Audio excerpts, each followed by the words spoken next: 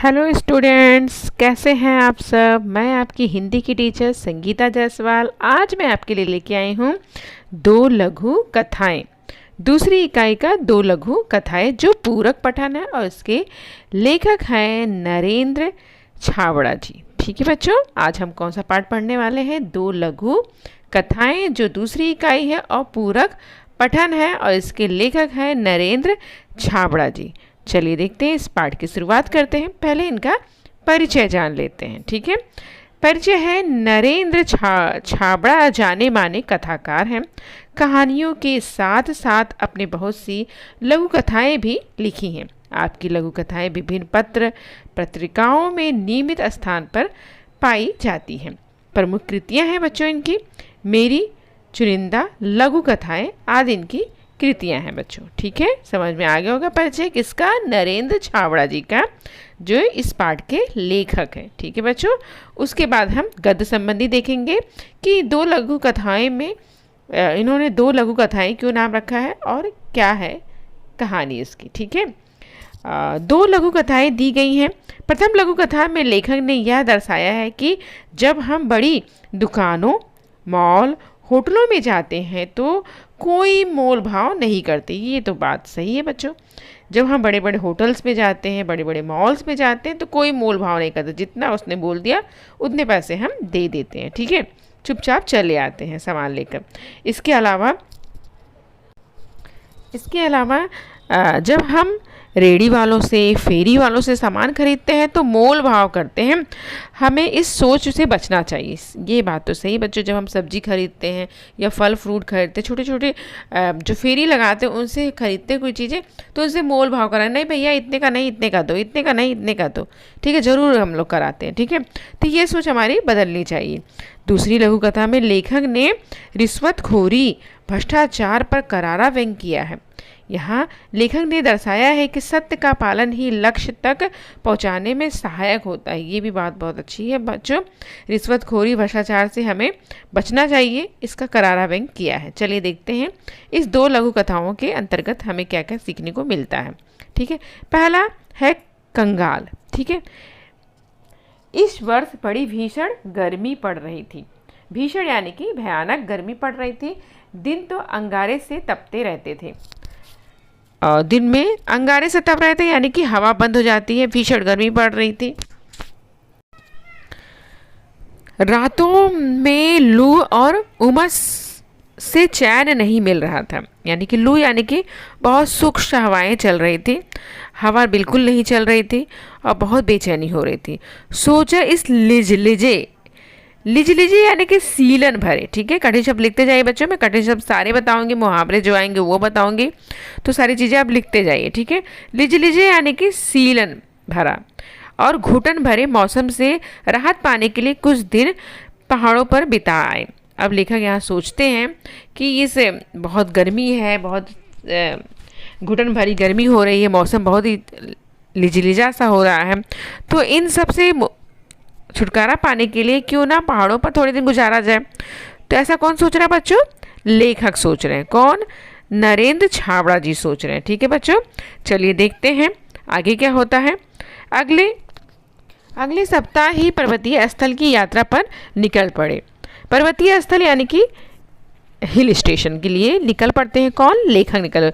2-3 दिनों में ही मन में सुकून सा महसूस होने लगा था। 2-3 दिनों से क्या होने लगा? एकदम से राहत, बेचैनी जो हो रही थी उनको, वो चैन की शांति भरी ऐसा लग रहा था, सुकून लग रहा था उनको। ठीक है, वहाँ का प्राकृतिक सौंदर्य, हरे भरे पहाड़, गर्व से सीना ताने, दीर्घता सिद्ध करते हुए वृक्ष, पहाड़ों की निर्भरता में हल्का सा शोर अपना अस्तित्व सिद्ध करते हुए झरने मन बदलाव के लिए पर्याप्त थे। तो कठिन शब्द देख लीजिए बच्चों। सीना ताने यानी कि निर्भय होकर खड़े थे। कौन? ये वृक्ष जो थे वो खड़े हुए थे। दीर्घता से यानी कि बड़प्पन से, सिद्ध करना यानी कि साबित करना। हरे जो भरे जो पेड़ थे, वृक्ष, वो एकदम खड़े हुए थे। निर्भरता यानी कि एकांत से। ठीक है, पर्याप्त यानी कि काफ़ी। तो जो वृक्ष थे वो सीना ताने, पहाड़ पे हरे भरे पहाड़ थे, गर्व से सीना ताने, ये सारी चीज़ें जो थी वो खड़ी हुई थी, झरने थे। तो ये सब मन बदलने के लिए बहुत ही था, काफ़ी चीज़ें थी वहाँ पर हिल स्टेशन पे। ठीक है, तो आगे देखते हैं हम लोग।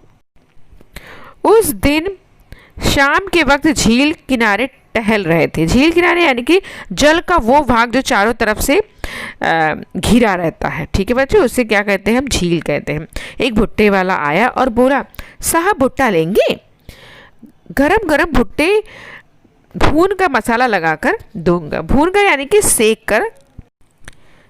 कर दूंगा। सहज ही पूछ लिया, कितने का है? यानी कि लेखक कौन पूछता है? सहज यानी कि सरल सीधे शब्दों में मैंने पूछ लिया, भाई कितने का दोगे?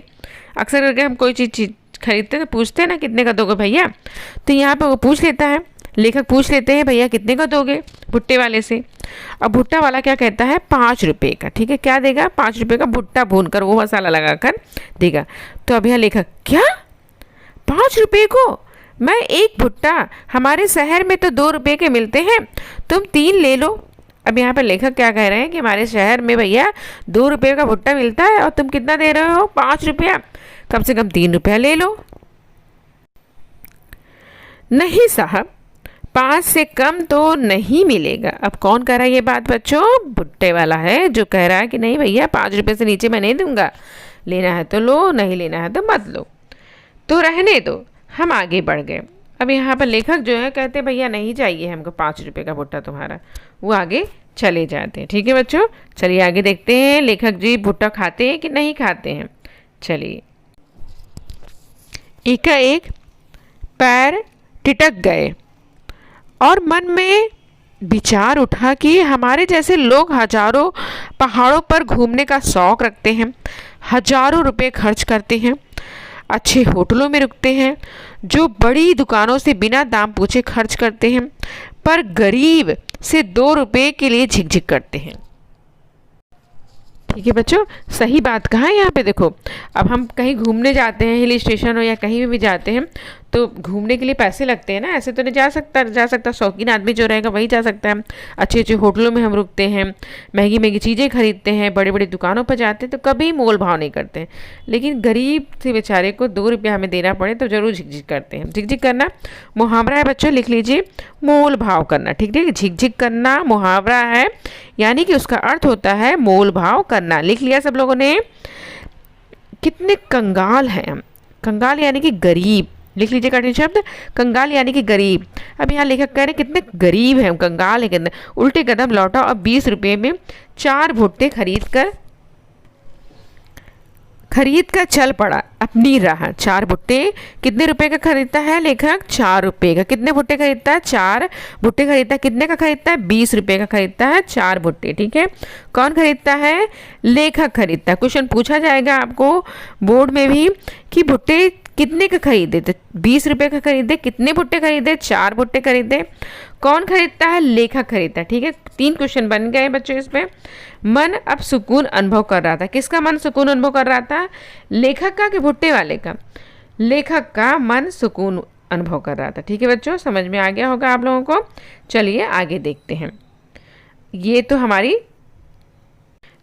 थी हमारी पहली लघु कथाओं में से एक कहानी, और उसके बाद हम दूसरी कहानी पढ़ेंगे। तो अच्छा था ना बच्चों ये कंगाल? सच्ची में हम कहीं ना कहीं कंगाल हो जाते हैं और इस तरह से मोल भाव करने लग जाते हैं गरीब लोगों से, जो हमें नहीं करना चाहिए। जो हम कहीं एक जगह पे हम इतने पैसे खर्च कर देते हैं और कहीं पर हमें देने में बहुत तकलीफ होती है। चलिए हम देखते हैं दूसरी कहानी, हमारी सही उत्तर। ठीक है बच्चों, ये भी बहुत अच्छी कहानी है। चलिए आगे देखते हैं। अब तक वह कितने ही स्थलों पर नौकरी के लिए आवेदन कर चुका था। कठिन शब्द लिखते जाइए बच्चों। आवेदन यानी कि एप्लीकेशन देना, यानी कि निवेदन देना। ठीक है, साक्षात्कार यानी कि मुलाकात, यानी कि इंटरव्यू को कहा गया है यहाँ पर। इसके प्रमाण पत्रों की फाइल भी उसे सफलता दिलाने में नाकामयाब रही थी। ठीक है, जो सर्टिफिकेट वगैरह होता है, उसके पास जो भी प्रमाण पत्र थे और वो सब भी उसे कामयाब नहीं होने दे रहे थे। ठीक है, कहीं न कहीं असफल हो रहा था वो व्यक्ति। हर जगह भ्रष्टाचार, रिश्वत का बोलबाला होने के कारण योग्यता के बावजूद उसका चयन नहीं हो रहा था। हर जगह भ्रष्टाचार, यानी कि भ्रष्टाचार था हर जगह पर, रिश्वतखोरी थी, घूसखोरी थी, होने के बावजूद भी, पढ़ा लिखा होने के बावजूद, योग्यता के बावजूद यानी कि पढ़ा लिखा होने के बावजूद भी चयन यानी कि चुनाव नहीं हो पा रहा था। ठीक है, हर ओर से अब वह निराश हो चुका था। हर तरफ से वो क्या हो रहा था, निराश हो चुका था, निराश हो चुका था। भ्रष्टाचार सामाजिक व्यवस्था को कोसने के अलावा उसके वश में और कुछ नहीं था। हर समय वो ब्लेम कर रहा था, किसे, भ्रष्टाचार जैसे समाज को ब्लेम कर रहा, अपशब्द कहकर भला बुरा कह रहा था। वश में यानी कि कंट्रोल में नहीं था, उसके काबू में नहीं था, उसे बार बार कोस रहा था उसे। ठीक है, आगे देखते हैं कि आज फिर उसे साक्षात्कार के लिए जाना था। साक्षात्कार यानी कि इंटरव्यू के लिए जाना था। अब तक देश प्रेम, नैतिकता, शिष्टाचार, ईमानदारी पर अपने तर्कपूर्ण विचार बड़े विश्वास से रखता आया था। ठीक है, उसने क्या किया था, नैतिकता यानी कि नीति शास्त्र का ज्ञान, नीति शास्त्र का ज्ञान बच्चों लिख लीजिए कठिन शब्द। विचार यानी कि आइडिया, विश्वास यानी कि भरोसा, यकीन जिसे हम कहते हैं। तो कहीं ना कहीं जो लेखक थे वो कहते हैं कि मैं देश प्रेम, नैतिकता, भ्रष्टाचार, ईमानदारी के तर्कपूर्ण विचार बड़े विश्वास से रखता था, लेकिन इसके बावजूद भी उसके हिस्से में सिर्फ असफलता ही आई थी। इसके बावजूद यानी कि इतना सब होने के बाद भी उसके भाग में क्या मिल रहा था, असफल ही हो रहा था बार बार वो। ठीक है, साक्षात्कार के लिए उपस्थित प्रतिनिधि मंडल में से एक अधिकारी ने पूछा, उपस्थित यानी कि मौजूद, प्रेजेंट जो लोग थे वहाँ पर, प्रतिनिधि यानी कि प्रतिरूप, प्रतिमा के रूप में जो वहाँ अधिकारी मौजूद थे, ऑफिसर मौजूद थे, उन्होंने एक जन ने पूछा कि भ्रष्टाचार में के बारे में आपकी राय क्या है, यानी कि भ्रष्टाचार के बारे में आप क्या सोचते हैं, राय क्या है, विचार क्या है आपकी। तो भ्रष्टाचार एक ऐसा कीड़ा है, तो यहाँ पर उत्तर देते हैं वो, भ्रष्टाचार एक ऐसा कीड़ा है जो देश को घुन की तरह खा रहा है। घुन यानी कि एक तरह का कीड़ा होता है, चावल वगैरह, अनाज वगैरह में मिलता है इस तरह का घुन, तो वो उस तरह से देश को खा रहा है। उसने सारी सामाजिक व्यवस्था को चिंताजनक स्थिति में पहुंचा दिया है।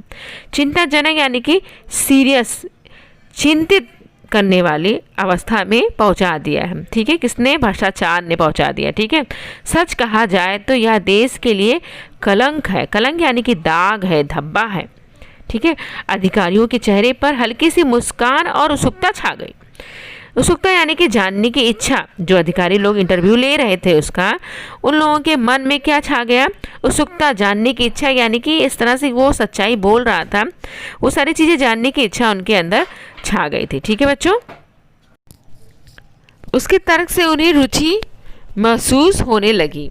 ठीक है, उन्हें दूसरे अधिकारियों ने प्रश्न किया, दूसरे अधिकारी जो थे वहाँ पर बैठे हुए थे, उसने भी प्रश्न किया, रिश्वत को आप क्या मानते हैं। एक तो क्वेश्चन किया गया पहले कि भ्रष्टाचार को क्या कहते हैं, आपकी क्या राय है। दूसरा क्वेश्चन उनका था कि रिश्वत को आप क्या मानते हैं। ठीक है, दूसरा क्वेश्चन पूछा गया जो इंटरव्यू देने के लिए आए हुए थे। कौन पूछ रहा था ये सारे क्वेश्चन, अधिकारी यानी कि ऑफिसर लोग पूछ रहे थे। ठीक है, चलिए आगे देखते हैं क्या होता है। यह भ्रष्टाचार की बहन है। जब उनसे पूछा जाता है क्वेश्चन कि रिश्वत को आप क्या मानते हैं, तो वो कहते हैं कि भ्रष्टाचार जो है वो रिश्वत जो है भ्रष्टाचार की बहन है, जिसे विशेष अवसरों पर हम अपने प्रियजनों, परिचितों, मित्रों को उपहार में देते हैं। ठीक है, विशेष अवसर यानी कि खास, जब स्पेशल हमारा कुछ होता है तो अपने दोस्तों को, अपने मित्रों को, अपने परिजनों को उन्हें उपहार के रूप में देते हैं। ये बात सही कही है उन्होंने। जब शादी ब्याह जैसे माहौल पर दहेज लिया और दिया जाता है, तभी भी हम अपने प्रियजनों को, अपने रिश्तेदारों को, अपने मित्रों को बहुत ज़्यादा मात्रा में रिश्वत देते हैं, लेते हैं। हमें कुछ काम करवाना रहता है, सरकारी काम हो या कोई भी काम करवाना रहता है, तो हम घूस देते लेते हैं। ठीक है, तो रिश्वत की बातें होती रहती हैं हमारे समाज में। इसका स्वरूप भी बहुत कुछ वैसा ही है, लेकिन उपहार देकर हम केवल खुशियों का या कर्तव्य का आदान प्रदान करते हैं। ठीक है, तो जो उपहार लिए दिए जाते हैं ना बच्चों, तो कहीं ना कहीं हम खुशियाँ व्यक्त करते हैं, कर्तव्य का आदान प्रदान कहते हैं उस चीज़ को, लेकिन रियल में वो रिश्वत ही होती है। बनावटी बना होता है। ठीक है, आदान प्रदान करना युग्म शब्द आया है बच्चों, युग्म शब्द आया है, अंडरलाइन कर लीजिए। आदान प्रदान यहाँ पर युग्म शब्द आया है, जिससे अधिक कुछ नहीं बल्कि रिश्वत देने से रुके हुए कार्य, दबी हुई फाइलें, टलती हुई पदोन्नति, रोकी गई नौकरी आदि में इसके कारण सफल हासिल हो जा सकती है। ठीक है बच्चों, यहाँ पर अच्छी तरीके से समझाया है लेखक ने कि रिश्वत देने और लेने से हमारी जो दबी हुई फाइल रहती है, रुके हुए काम रहते हैं, जो हमारे पदोन्नत यानी कि हम प्रोग्रेस नहीं कर पाते हैं, और जो हमारी नौकरी रुक जाती है, कोई ना कोई कारण रहता है, सफल नहीं हो पाते हैं, तो ये जब रिश्वत हम दे देते हैं तो हमारा काम जो है बन जाता है। ठीक है बच्चों, तब भी यह समाज के माथे पर कलंक है।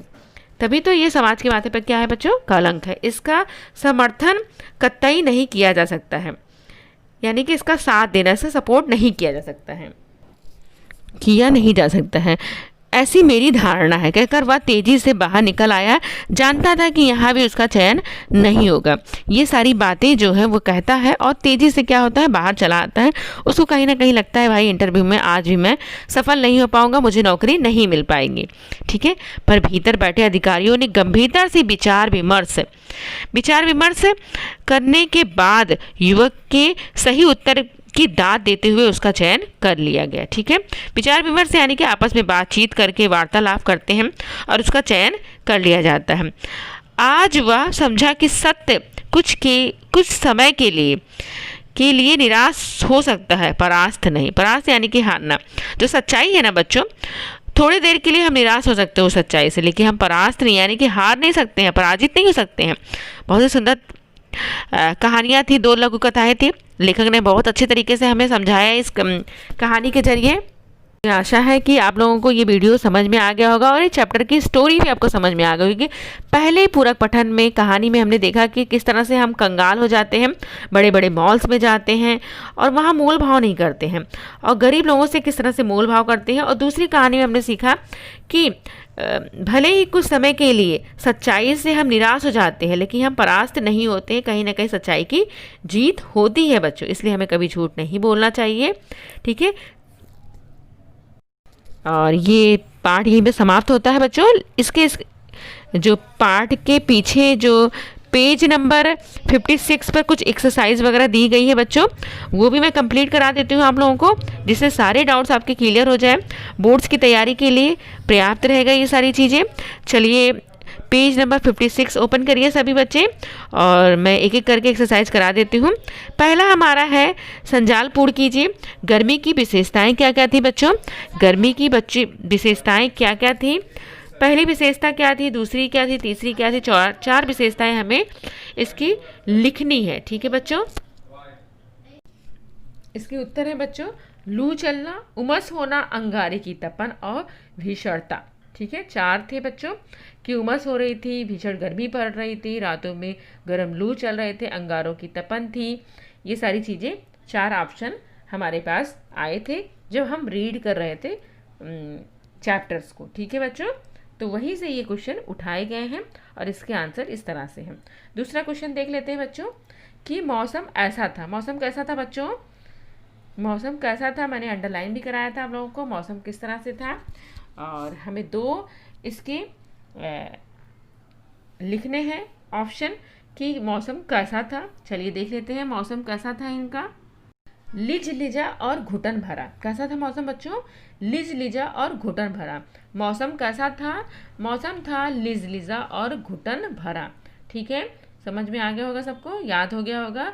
लिज लिजा और घुटन भरा 2 तरह का मौसम था, जिससे लेखक जो है ऊब जाते हैं और पहाड़ों पर जाना चाहते हैं, थोड़े दिन के लिए घूमना चाहते हैं। ठीक है, तो मौसम कैसा था उनके शहर का? लिज लिजा और घुटन भरा था। ठीक है, तीसरा क्वेश्चन देखते हैं हम लोग। युवक, कारण लिखना है। युवक को पहले नौकरी ना मिल सकी, और दूसरा है आखिरकार अधिकारियों द्वारा युवक का चयन कर लिया गया। ठीक है, कारण हमें लिखना है बच्चों। पहला क्या था हमारा कि युवक को पहले नौकरी ना मिल सकी। ठीक है, दूसरा हमारा है कि आखिरकार अधिकारियों द्वारा युवक का चयन कर लिया गया। चलिए इसके उत्तर भी देख लेते हैं हम लोग कि युवक को पहले नौकरी ना मिल सकी क्योंकि हर जगह भ्रष्टाचार और रिश्वत का बोलबाला था। ठीक है, पहली जगह पे क्यों नहीं नौकरी मिल पाई? क्योंकि सब जगह पर भ्रष्टाचार और रिश्वत का बोलबाला था। और दूसरा था हमारा, आखिरकार अधिकारियों द्वारा युवक का चयन कर लिया गया। क्योंकि चयन कर लिया, क्योंकि भीतर बैठे अधिकारियों ने गंभीरता से विचार विमर्श करने के बाद युवक के सही उत्तर की दाद दे दी। ठीक है, जो अंदर बैठे हुए थे अधिकारी ऑफिसर लोग, जब इस तरह से सच्चाई से वो बोलता है सारी चीज़ें कि उसकी जो रिश्वत जो है भ्रष्टाचार की बहन है, सारी चीज़ें, वो सारी चीज़ें बताता है, सही सही बोलता है, तो कहीं ना कहीं उसके विचार विमर्श करते हैं और युवक का चयन कर दिया जाता है, उसके उत्तर की दाद देते हैं वो लोग। ठीक है, कौन? अधिकारी लोग। समझ में आ गया होगा आप लोगों को, दोनों ही कारण आप लोगों को बहुत ही सुंदर अच्छा कारण है, आप लोगों को समझ में आ गया होगा। चलिए देखते हैं दूसरे क्वेश्चन की तरफ जाते हैं हम। लेखक के मन के परिवर्तन के कारण, लेखक के मन में परिवर्तन क्यों होता है बच्चों? क्या क्या परिवर्तन होते हैं उसके मन में? 4 कारण हमें कृतियाँ पूर्ण करनी है। यहाँ पर कितने कारण हमें लिखने हैं बच्चों? 4 कारण लिखने हैं कि लेखक के मन परिवर्तन के कारण क्या थे। ठीक है बच्चों, 4 कारण हमें लिखने हैं, आपको याद होगा ही। चलिए, जिसको नहीं याद होगा उसे भी मैं बता देती हूँ। पहला है पहाड़ों पर घूमने में हज़ारों रुपये खर्च करना। दूसरा है अच्छे होटलों में रुकना। तीसरा है बड़ी दुकानों में दाम पूछे बिना खर्च करना। गरीब, चौथा हमारा है गरीब से 2 रुपये के लिए झिकझिक करना। ठीक है, 4 कारण हमारे हैं कि मन में परिवर्तन होते हैं लेखक के, कि पहाड़ों पर घूमने में हज़ारों रुपये खर्च करते हैं, अच्छे होटलों में हम रुकते हैं, बड़ी बड़ी दुकानों पर बिना दाम पूछे हम पैसा खर्च कर देते हैं, गरीब से 2 रुपये लेके लिए क्या करते हैं बच्चों? हम झिकझिक करते हैं। 2 रुपये हमें देने के लिए कष्ट होता है उन्हें। ठीक है, तो ये भी समझ में आ गया होगा आपका। क्वेश्चन नंबर 4 भी हमारा कंप्लीट हुआ है। अब हम जाएंगे क्वेश्चन नंबर 5 की तरफ। ठीक है बच्चों, सारी चीज़ें आपको समझ में आ रही होंगी, जो नहीं आ रही होंगी उसे लिख लीजिए आप लोग, जो मैं बोलती जा रही हूँ। और क्वेश्चन नंबर 5 की तरफ जाएंगे बच्चों हम। लोग रिश्वत देकर ये लाभ उठाते हैं। क्या लाभ उठाते हैं? रिश्वत देकर क्या क्या लाभ उठाते हैं। ठीक है बच्चों, 4-5 ऑप्शन आए थे, वहाँ पर मैंने अंडरलाइन भी कराया था आप लोगों को। चलिए देख लेते हैं कौन कौन से रिश्वत देकर हम काम क्या क्या करा लेते हैं, क्या क्या लाभ उठाते हैं। तो पहला हमारा है कि रुके हुए कार्य करवाते हैं हम, दबी हुई फाइलें निकलवा लेते हैं, टलती हुई पदोन्नति जो होती है उसे करवा लेते हैं, रोकी गई नौकरी प्राप्त कर लेते हैं। तो ये सब काम कैसे होते हैं बच्चों? रिश्वत देकर। रिश्वत देकर हम रुके हुए काम करवा लेते हैं, दबी जो फाइल हमारी रहती है उसे हम निकलवा लेते हैं, टलती हुई जो हमारी पदोन्नति रहती है उसे हम करा लेते हैं, और रोकी गई जो नौकरी हमारी रहती है उसे हम प्राप्त कर लेते हैं। तो ये पार्ट यहाँ पर समाप्त होता है बच्चों। तो मुझे आशा है ये चैप्टर आपको बहुत अच्छे से तरीके से समझ में आ गया होगा। मैंने इसके कठिन शब्द भी लिखवा दिए हैं, और जो क्वेश्चन आंसर थे पेज के पीछे, चैप्टर के पीछे, वो भी मैंने कंप्लीट करा दिया है। तो मुझे आशा है कि मेरा वीडियो आप लोगों को बहुत अच्छा लगेगा और आप लोगों को काफ़ी हेल्प मिलेगी इस चैप्टर के लिए। थैंक यू सो मच ये वीडियो देखने के लिए।